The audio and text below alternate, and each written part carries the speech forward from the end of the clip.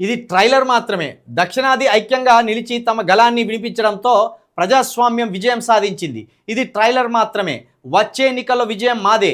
మహిళా రిజర్వేషన్ల బిల్లును వేరు చేసి లోక్సభలో ఆమోదించే అవకాశం ఉన్నప్పటికీ కేంద్రం అలా చేయలేదు. ఢిల్లీ అహంకారానికి మద్దతిచ్చే బానిసలను 23న జరిగే అసెంబ్లీ ఎన్నికల్లో ఓడిస్తాం.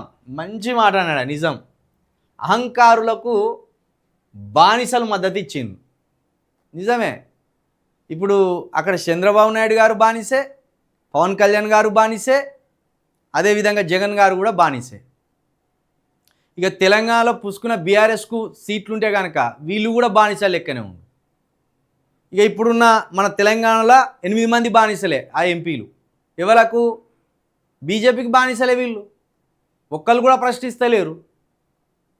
అఖిలపక్షాన్ని కూర్చోబెట్టి ఏ అనుమానాలనైతే అఖిలపక్షంలో ఉన్న విపక్ష సభ్యులు లేవనెత్తి చూపిస్తారో వాటిని ఒక్కొక్కటిగా నివృత్తి చేస్తూ సమాధానాలు చెప్తూ అందరి మద్దతుతోటి ఈ డీలిమిటేషన్ బిల్లు, మహిళా బిల్లును పాస్ చేసేది ఉండే.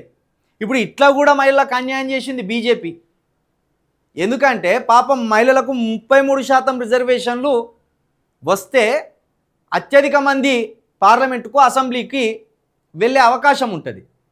ఇప్పుడు వీళ్ళ అనుమానాలు నివృత్తి చేయకుండా ప్రతిపక్షాలకు అవకాశం ఇచ్చి ఆ బిల్లు వీగిపోవడంలో ప్రధాన పాత్ర పోషించింది కూడా బీజేపీ.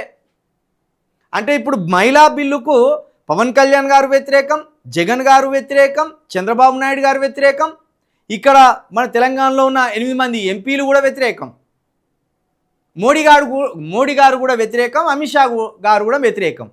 మీరు గుడ్డిగా బిల్లు తెస్తే ఆ బిల్లును ఆమోదించాలా? ఇప్పుడు వీళ్ళు తెచ్చిన బిల్లు ప్రకారం 2039లో కూడా 2034లో కూడా మహిళలకు 33% రిజర్వేషన్లు రానే రావు. ఎందుకంటే ఏ సెన్సస్ ప్రకారం వాళ్ళకు 33% రిజర్వేషన్లు ఇస్తారో తెలియదు. కాబట్టి ఈ స్టాలిన్ గారు చెప్తున్న మాట ఏదైతున్నదో అది 100% నిజమే. బానిసలు మద్దతు ఇచ్చిండ్రు, వీరులు పోరాడిన వీరులు మోడీ గారిని, ఎన్డీఏ పక్షాన్ని మొత్తం బొందలేసి తొక్కిపారేసిండు.